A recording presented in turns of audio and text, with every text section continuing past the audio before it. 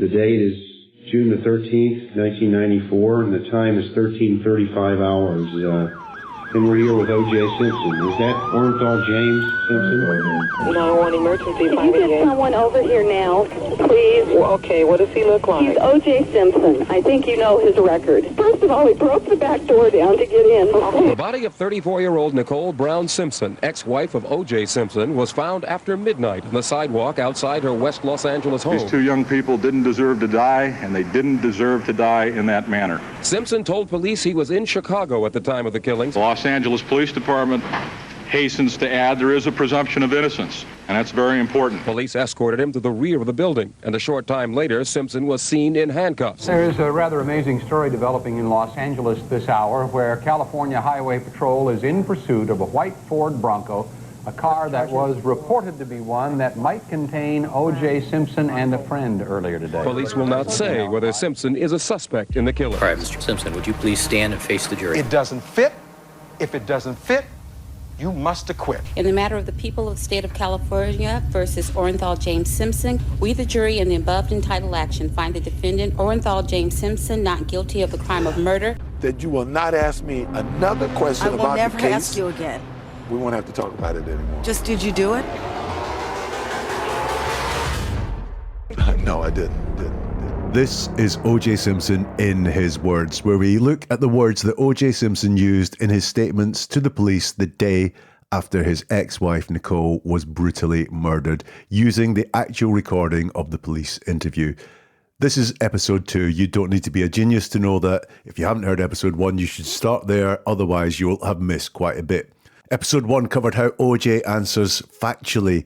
He answers questions quickly and in a few words when he's dealing with facts.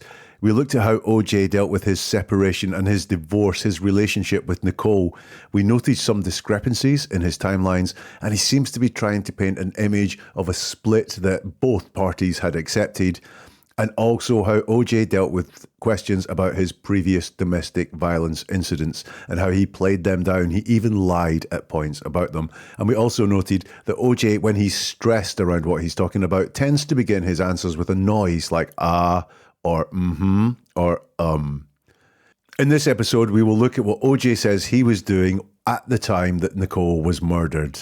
When was the last time you saw Nicole? The detectives doing the interview will want details from OJ, his alibi basically. What was he doing when Nicole was killed? When did you last drive it? Yesterday. What time yesterday? In the morning, in the afternoon. We're going to learn a lot by analysing OJ's words, but is he being honest or is he lying? Where did you go from there, OJ? Home. This sort of analysis always works best as a collaboration, so if you spot anything when you hear OJ's words, if you've got an observation on what he says, you've got a question about something I've said, or a question in general you want to ask, there is an email address for you to get in touch. It's oj@neveratruerword.com. And we will use some of the best observations and questions and suggestions in the final episode of this podcast series when we come to our conclusions about this entire OJ interview and work out what was it he was really saying. oj@neveratruerword.com is the email address. So back to the interview, and the detectives, that's Vanata and Lang, start to ask OJ questions about what he did last night. That is, the night his ex Nicole and her friend Ron Goldman were murdered. A reminder, this is from the original 1994 police tape, so sometimes it's hard to make out exactly what is being said, but I'll be repeating what we hear from the transcript. Okay. Phil, what do you think? We can just maybe recount last night. When was the last time you saw Nicole? I've paused it there because what I talk about a lot in this podcast is how people get stressed when they talk and they leave pauses, or they start saying something, then start saying something different, or they start saying something and then restart saying something. All of those indications of stress. And we can hear that there from the detectives because Lang says, Phil, what do you think? Maybe we can just recount last night. And Phil comes in and Phil says, yeah, when was the last time you saw Nicole? He has stress in asking that question. I don't know if it's because it's a sensitive question about someone whose ex-wife has just been murdered, whether he's a bit hesitant of asking it as someone as famous as OJ, but definitely if you listen to the pair of detectives, they have some hesitation about getting into this section of the interview. Have a listen again. Okay.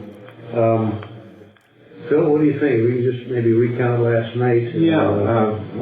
When was the last time you saw Nicole? When was the last time you saw Nicole? It's the stress is palpable and coming through from those guys there. So what does OJ say?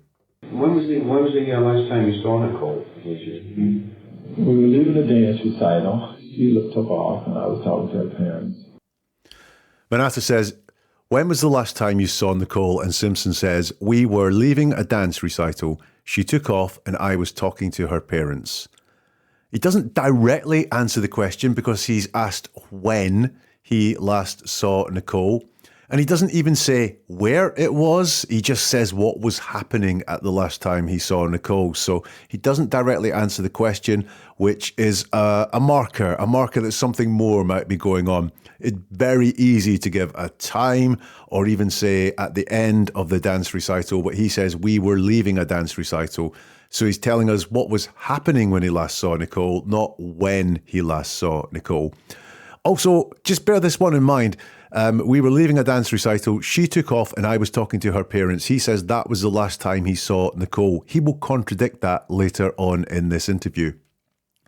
I'm also interested in what he meant by she took off and I was talking to her parents. Took off is quite a judgmental term. It suggests to me that those words were picked because was there some sort of bad feeling? Was there some resentment going on there? She took off. It wasn't she went away and I was talking to her parents, or she drove away and I was talking to her parents. Took off suggests it was quite quick, quite abrupt there. So why did he pick the words took off to describe how she was going? In that one answer, I'm spotting some potential deviation there because of how he didn't directly answer the question he was asked. And I also want to know about the words took off and why he chose them to describe the manner in which Nicole left. The detectives then ask a factual question, and if you've been listening, you'll know how OJ is going to answer. Are you right? Where was the dance recital? Paul Revere High School. And was that for one of your children? Yeah, for my daughter, Sydney. Vanata asks, where was the dance recital? And Simpson says, at Paul Revere High School. Simple and sharp. A 4-word answer. Nothing extra in there at all, apart from a small Previously, I have noticed that questions that OJ is a bit stressed about, he starts with a noise like That was quite a small but I want to know, was there some stress about saying where the dance recital was? I wouldn't have thought so. So is something else in this line of questioning causing him stress? Perhaps, but we don't know from just what he said there. Vanata then asks, and was that for one of your children? And Simpson replies, yeah, for my daughter, Sydney. 5-word answer. Nothing in there that doesn't need to be in there. So again, another factual and I'm pretty sure honest answer from OJ there, which makes this answer stand out all the more. Have a listen. What time was that yesterday? I ended about 6:30, 6:45, something like that. In the ballpark, right in that area. Yeah. And they took off. Vanata asks, and what time was that yesterday? OJ Simpson's reply is, it ended about 6:30, 6:45, something like that, in the ballpark, right in that area. And they took off. We saw in episode 1 that OJ seems to have difficulty being precise with numbers. It was dates in episode 1. This time it seems to be vagueness about time. How many times does he mention? Ended about 6:30, 1 time. 6:45, 2 times. Some vagueness, something like that. 1 vagueness. In the ballpark, another vagueness, right in that area. It ended about 6:30, 6:45, something like that, in the ballpark, right in that area. Wow. That is a very, very vague answer to, and what time was that yesterday? Maybe he isn't that kind of person. Maybe he's a bit stressed and too uptight to get to the real detail, or maybe he's in panic mode.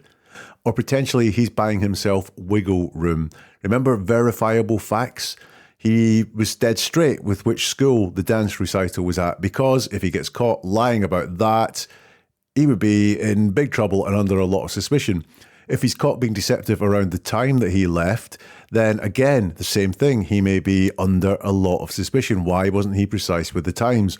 So if it's found out it was 7 o'clock that the dance recital finished, he can say, look, I didn't say it was exactly 6:30 or 6:45. I said 6:30, 6:45, something like that, in the ballpark. 7 o'clock fits that. I didn't lie. That's a few of the reasons why he could be being so vague with these numbers here. But there's a trait going on with OJ here around times, around dates, especially where Nicole is concerned. He seems to be being very vague. Also, he says the time was in that ballpark. Earlier, he said he took a shot at something. He uses sports words a lot, OJ. No surprise as an ex-professional sports person that he uses sports words, but it's a demonstration. If you pay attention to the words people use, you can find out a lot more about them by the words and the concepts that they repeatedly use. OJ said they took off. Again, we have that phrase, they took off. Again, it's suggesting that things went quickly. There's potentially some bad feeling or resentment in there. That's why people take off, isn't it? They took off. It's worth thinking of other descriptions he could have used. They drove off. They went away. I went away. I drove off. But no, he used twice the phrase, they took off. OJ said they took off, and Venata looks to him for some clarification on that. They, her and her family, her mother, her father, her sister, my kids, children. Venata asks they, ? And Simpson says, her and her family, her mother and father, sisters, my kids, you know? The ordering is quite interesting there. So the first person he mentions is Nicole, his priority there. Now, he was asked when he last saw Nicole, his thoughts should be on Nicole right here, so I can understand why that's first. And then it's her and her family. Previously, he said, she took off and I was talking to her parents. It's not she took off as I was talking to her parents. She took off and I was talking to her parents. So that is, she took off while he was talking to her parents. This time, when he's asked who took off, he says her and her family, her mother and father. So something not quite right there.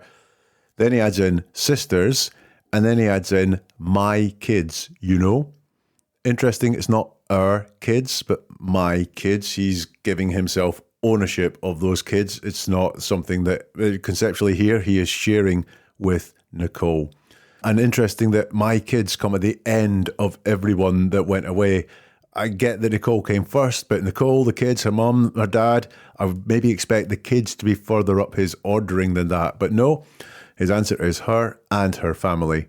Her mother and father, sisters, my kids, you know. Interesting that despite him calling them my kids, he also puts them inside the phrase her family. We seem to have this discrepancy about who took off, whether it was just Nicole on her own while he was talking to her mother and father, or whether it was Nicole and her whole family, including my kids. Next question. And then you went your own separate way? Yeah, actually she left, and then they came back, and her mother got in a car with her, and the kids all piled into her sister's car, and they... Vanessa says, and then you went your own separate way.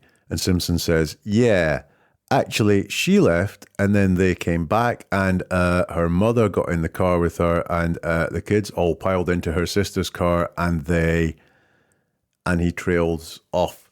It's contradiction time. It's completely at odds with what he said previously about them all taking off together. Her dad gets lost in this as well. Her mother got into a car with her and the kids all piled into her sister's car. Is Simpson correcting here? So I think this could be put down to not remembering the exact sequence of events that happened at the time. But I would also wonder if whatever happened, this took off was playing in his mind at the point. Really, in his head, Nicole took off in what? A fit of anger or, some resentment or said something to him that he really didn't like and then disappeared. And I wonder if that was what his mind was on. He could only really remember Nicole taking off and couldn't remember the exact sequence of everyone else around leaving. Was Nicole driving? Yeah. What kind of car was she driving? Her black car, Cherokee. Cherokee? Jeep, Cherokee. What were you driving? My Rolls Royce. My Bentley, really. So a question and answer session there about cars. Benatar asks, was Nicole driving? Simpson says, yeah. Benatar asks, what kind of car was she driving? And OJ replies, her black car, a Cherokee, a Jeep Cherokee. Benatar says, what were you driving? And Simpson says, my Rolls Royce. My Bentley, rather. Sharp, short answers. I presume OJ is telling the truth here, and I'm interested in when he's asked questions like this. He is sharp, he is quick with his answers, and there are very short sentences. And then when he's asked other questions like, when did you last see Nicole? He feels the need to tell a story about what he was doing, what was happening all around him, and use pejorative terms like took off. The interview is going to move on now from this recycled part. So what have we learned so far? Plenty of honest answers in here. He's been very quick with a lot of what he says, very brief with a lot of what he says. But the vague times are a note for me. There's a vagueness in the times there. Is he trying to hide something, or can he just not remember? It's a marker. He's vague on the times then. And also that phrase, took off. Was there something going on between them that night? Is that why he uses the phrase twice to describe how Nicole left as took off? If the interview has moved on from the recital, it's certainly still on the subject of cars. Do you own that Ford Bronco that sits outside? And I, Hertz lets me use it. So that's your vehicle, the one that was parked there on the street? Benatar asks OJ, do you own that Ford Bronco that sits outside? OJ's reply is Hertz owns it, and and Hertz lets me use it.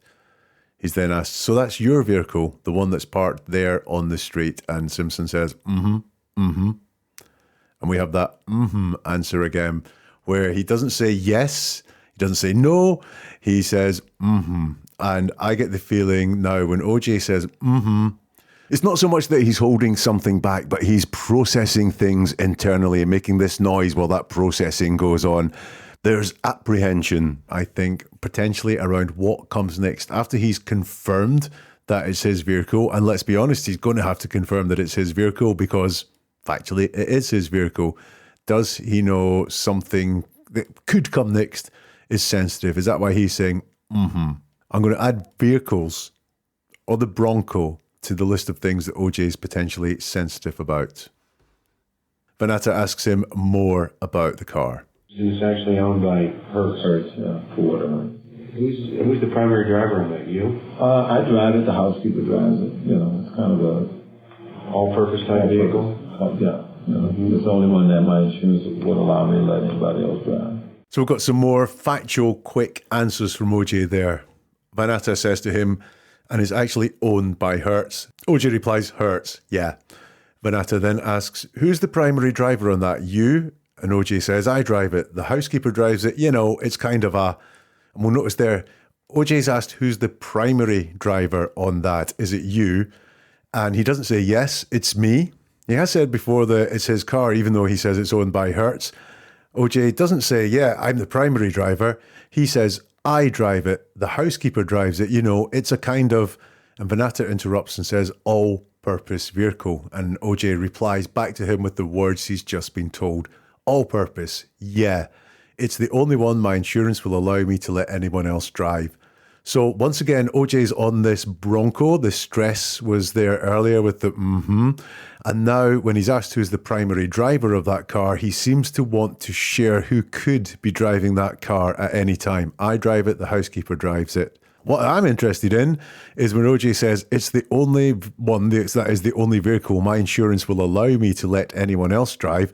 That shows that OJ doesn't always feel he's the king of things. He's the one who makes the decisions, because there he's saying his insurance will only allow him to let anyone else drive. So the insurance is in charge of that. Now, if you're sitting listening going, you're being a bit pedantic, when he was asked who the primary driver of the car is, and I said I felt some sensitivity around there because he didn't answer the question directly, what do you think the sensitivity is here? Okay.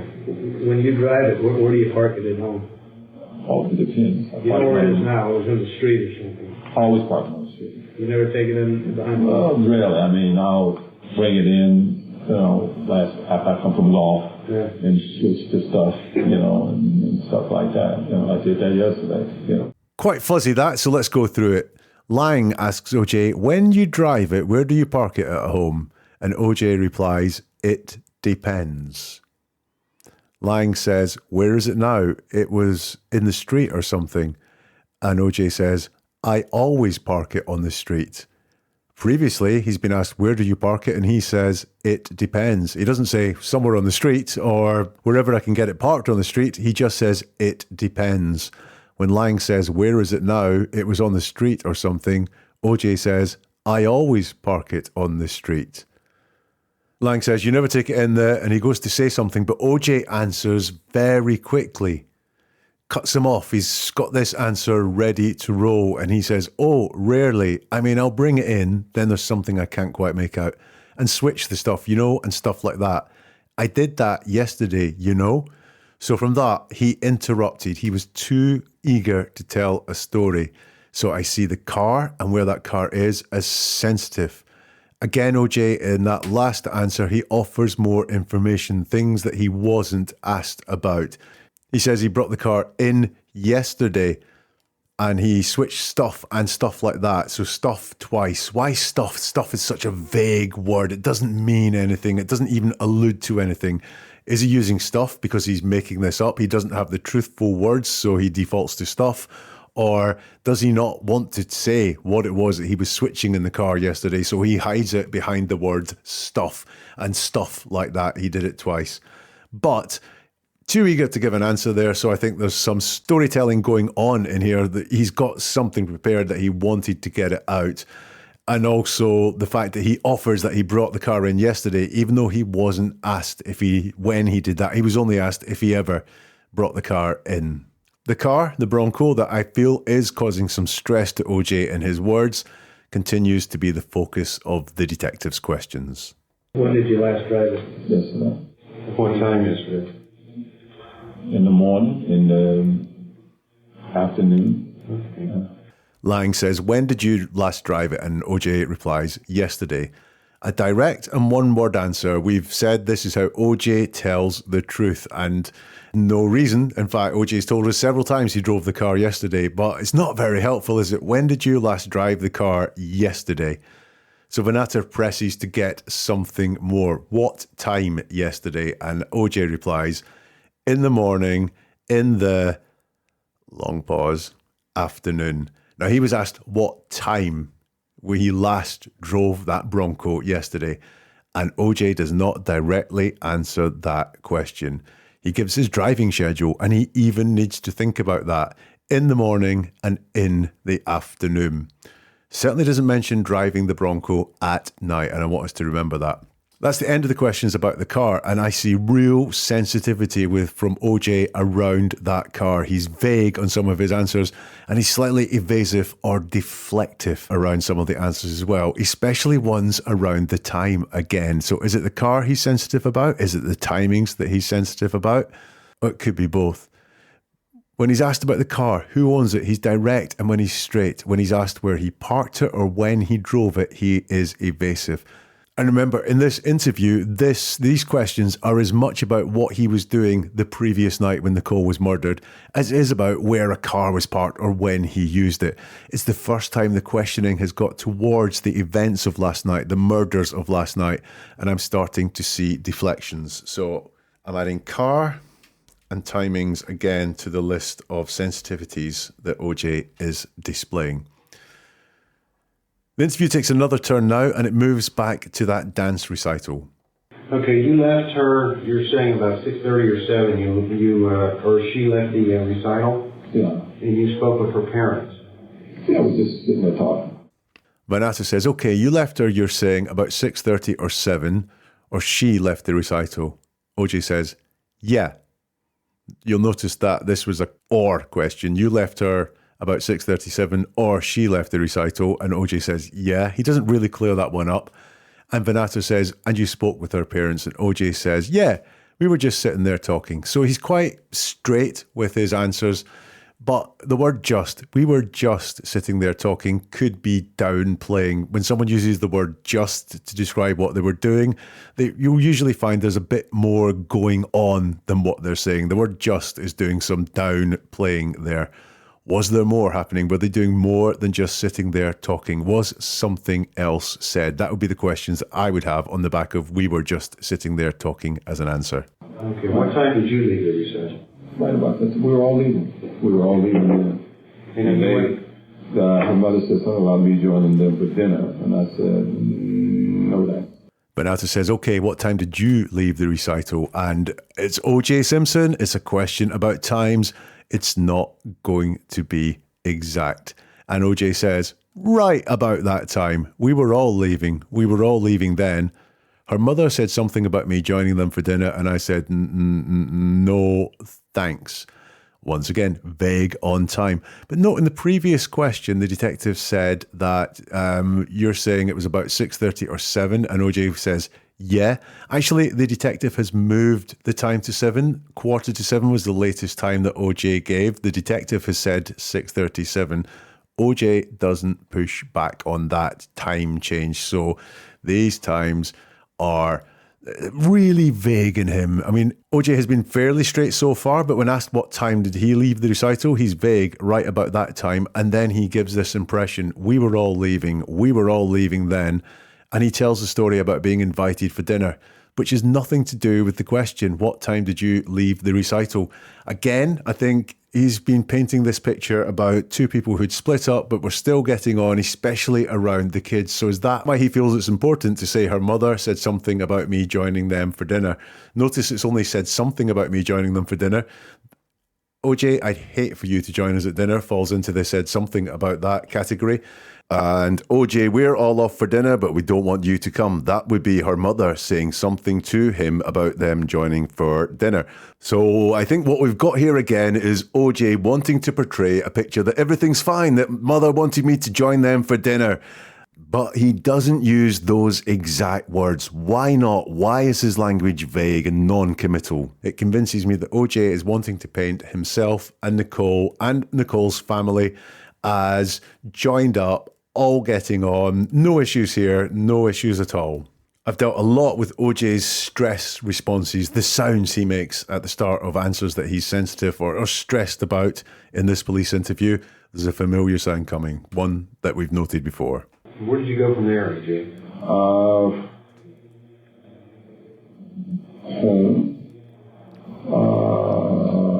Home for a while, got in my car for a while, tried to find my girlfriend for a while. Came back to the house. If OJ's truthful, he answers in few words. He's very quick with the words. This is anything but. It's long and drawn out. Where did you go from there, OJ? So this is where did you go after the dance recital? And OJ replies, home. Home for a while. Got my car for a while. Tried to find my girlfriend for a while. Came back to the house. There's the and the ahs there while he thinks about what it is that he's going to say. And then he gives a lot more information than he was asked for again. He was asked, where did you go from there, OJ? I.e., where did you go after the recital? I went home. Would have been a fine answer to that. He has to give more information than he was asked for. So I think he has a story. He has something that he wants to say that he was doing last night. Now, this is starting to get towards me questioning, what was he doing last night? Is he going to be telling the truth about what he was doing last night? It could be that he's super sensitive about this. He's being interviewed by the police. He realizes as the ex-husband, there will be all eyes on him and he just wants to make sure he gets his story straight. But here, this is a story being told. He says he did 3 things for a while. Home for a while. Got in my car for a while. Tried to find my girlfriend for a while. Again, a while is a very vague amount of time. But is he trying to make some small things that didn't take very long? Seemed like they took a long, long time. Home for a while. Got to my car for a while. Tried to find my girlfriend for a while. But he feels compelled not just to answer the question about where did you go after the recital, but to say all the things that he did after that. And there are some big pauses in here as well. Pauses are what we do when we're talking deliberately and making sure that we say the right words, the words that we want to say. Have a listen and look at the length of the pauses. Where did you go from there, AJ? Home.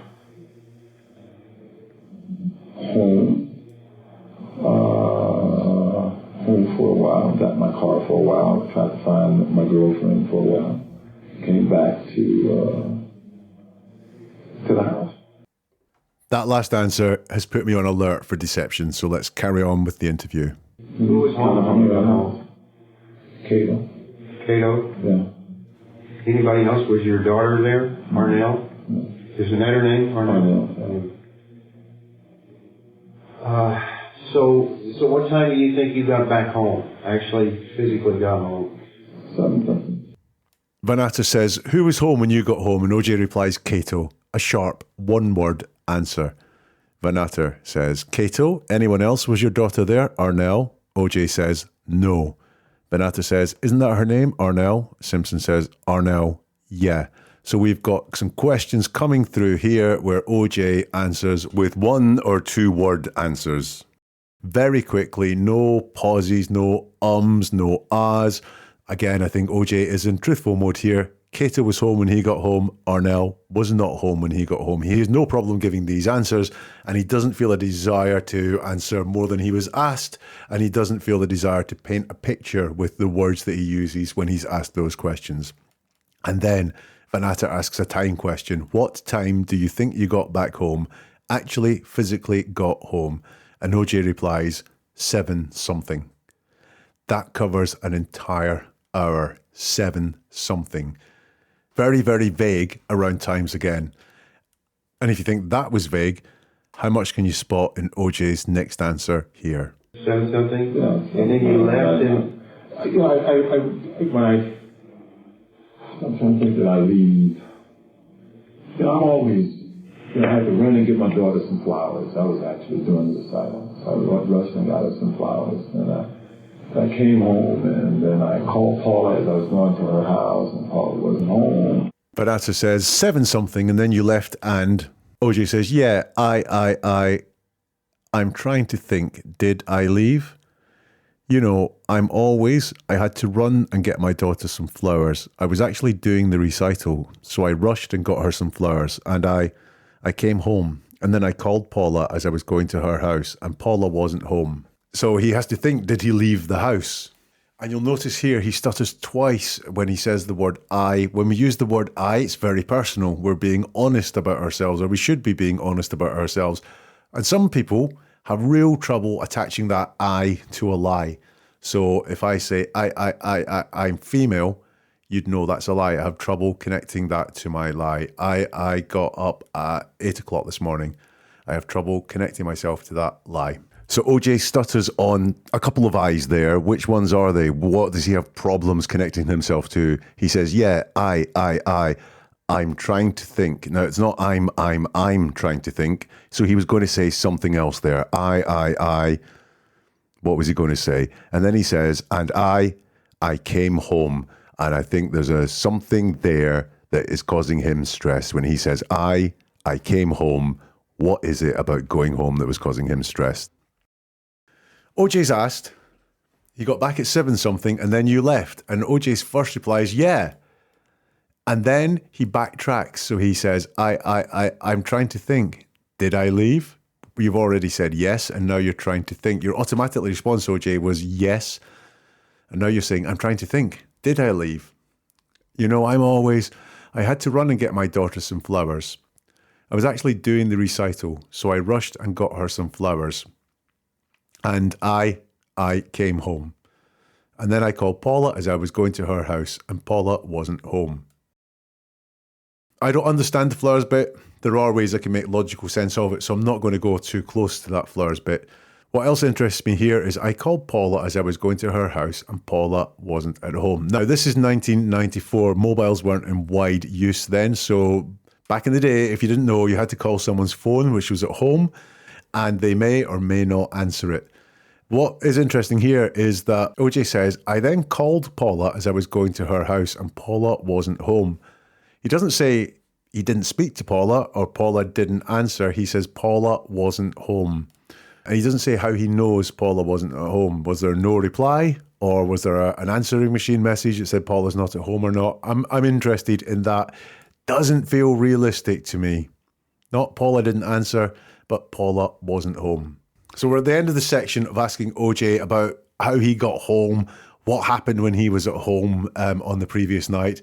And again, I can see he's very, very vague on timings. He leaves big gaps and tries to fill them by saying he was doing things for a while, several things that he did for a while, but all starting off from a real vagueness in time, this 7-something, which gives me the impression that he could be trying to fill up a period of time he can't account for with actions that he can account for. The detectives now have some questions on OJ's girlfriend. Paula is your girlfriend? Girlfriend, yeah. Paula who? Bobby Area. Could you spell it for me? B-A-R-B-I-E-R-I. Do you know an address on her? No, she lives on Wilshire, but I think she's out of town. You got a phone number? Yeah, 470. It's old for you. Banata asks OJ, Paula's your girlfriend. OJ says, girlfriend, yeah. Paula who? Barbieri. Could you spell that for me? OJ spells it. Do you know an address on her? No, but she lives in Wiltshire, but I think she's out of town. You got a phone number? Yeah, and gives the phone number from his memory. Again, this is OJ in truth mode. Short answers, 2 words, 1 word. The spelling, very quickly. Interested in why he thinks she's out of town rather than she is out of town. I've got a question as to why he thinks that. But again, OJ in truth mode. Short answers, quick answers, no ums, no ahs, no long pauses at all. Paula continues to interest the detectives. So you didn't see her last night? No. We've been to a big affair the night before. Then I came back home. I mean, I was basically at home. I mean, anytime whatever time it took me to get to the recital and back, to get to the flower shop and back, I mean, that's the time I was out of the house. Banata asks OJ, so you didn't see her last night? That means Paula. And he says, no, we'd been to a big affair the night before. And then I came back home. I was basically at home. I mean, any time I was, whatever time it took me to get to the recital and back, to get to the flower shop and back, I mean, that's the time I was out of the house. So this is not straight. It's not straight like the questions about Paula.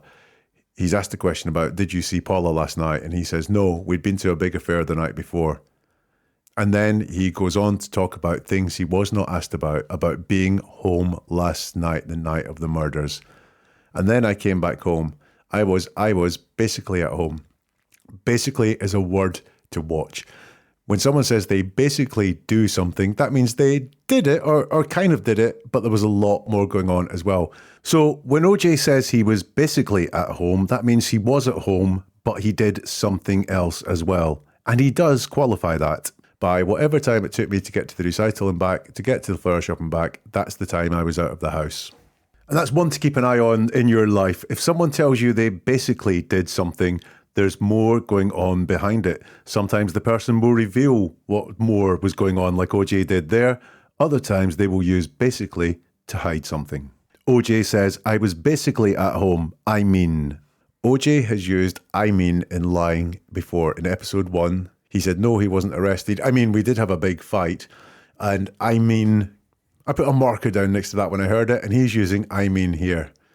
I mean, anytime I was, whatever time it took me to get to the recital and back, so whatever time, so we're back to vagueness again. I mean, that's the time I was out of the house. So I've got that phrase, I mean, and I've got a little flag there. When OJ says, I mean, I'm not entirely sure he does mean it, or he certainly doesn't mean it honestly. And it's a lot of information to volunteer when you were only asked if you saw your girlfriend last night. He comes back and tries to convince us how little he was out of the house the night before. Why would he do that? Were you scheduled to play golf this morning someplace? In Chicago. In Chicago? Yeah. And what kind of a tournament was it? It's at Hertz with special clients. Oh, okay. Emotional thing with Hertz? Yeah. What time did you leave last night? Leave the house? to go to the airport. Mm-hmm. Detective Van Natter asks Simpson, were you scheduled to play golf this morning someplace? And Simpson says, in Chicago. Now, there's that sound again, and I can't see what stress would be caused by this because it's factual. It was well known that OJ was in Chicago when he got the phone call to say that his ex-wife had been murdered. Were you scheduled to play golf this morning someplace? And OJ says, in Chicago. He certainly has to think about it. Van Natter says, what kind of tournament was it? And OJ says, it was a Hertz. It was Hertz with special clients. Van Natter says, what time did you leave last night? Leave the house. And OJ sighs. It sounds like a thinking sigh, like a... But then he wants to clarify what Van Natter says and asks, to go to the airport? To be fair, it's a vague question, maybe one designed to catch OJ out. But OJ really wants to check what they mean before answering. Let's bear in mind, OJ has been asked a question about times again, so how is he going to answer? About, because limo was supposed to be there at 10:45. Normally they get there a little earlier. I was rushing around, and somewhere between there and 11 o'clock. So approximately 10:45 to 11 o'clock, yeah, somewhere in that area. So his answer as to when he left to go to the airport is about... The limo was supposed to be there at 10:45. Normally they get there a little earlier. I was rushing around somewhere between there and 11 o'clock.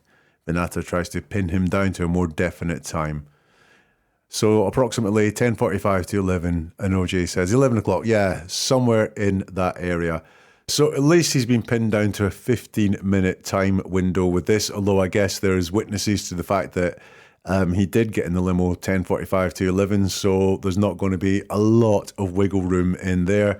But another attempt to keep things open, to keep timelines potentially open. And you went by limo? Yeah. Who's the limo service? Yeah, that's my office. Okay.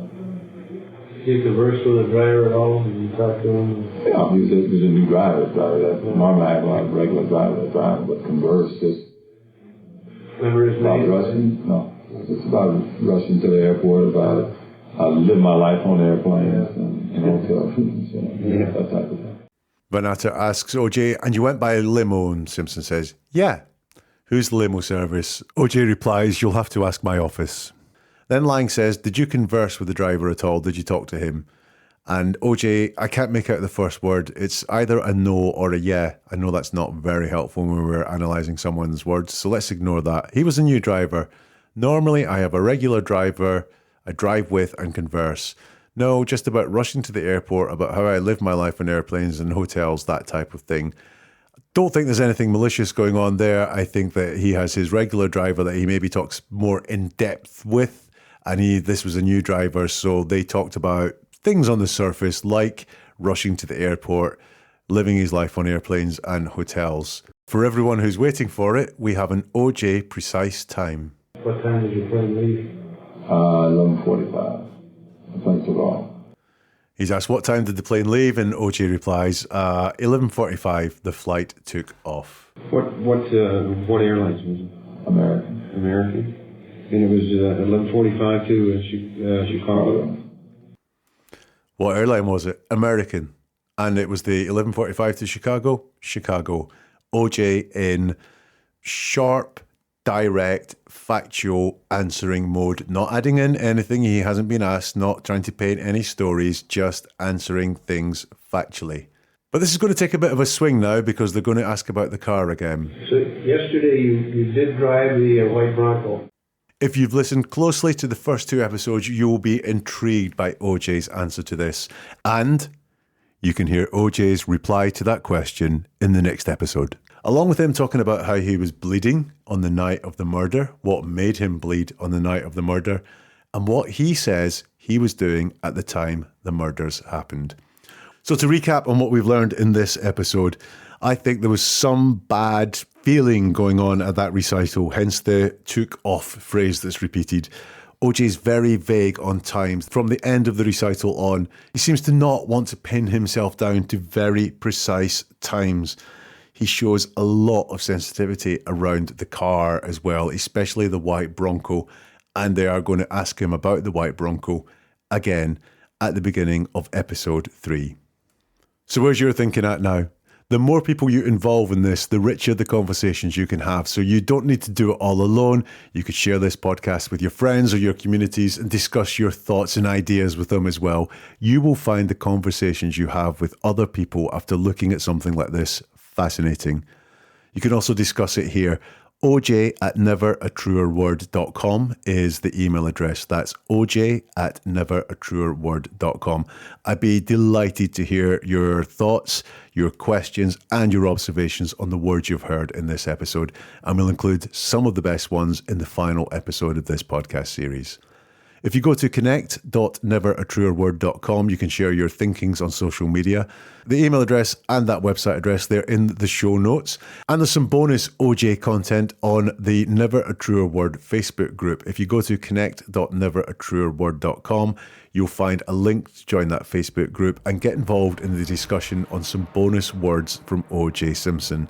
And don't forget your pedantic friends, the person who's always picking up on what people say. Share this podcast with them and they will love you. They will pick over this for hours. Episode 3 then, and we're back to the Bronco. OJ Simpson in his words. Just did you do it? No, I didn't.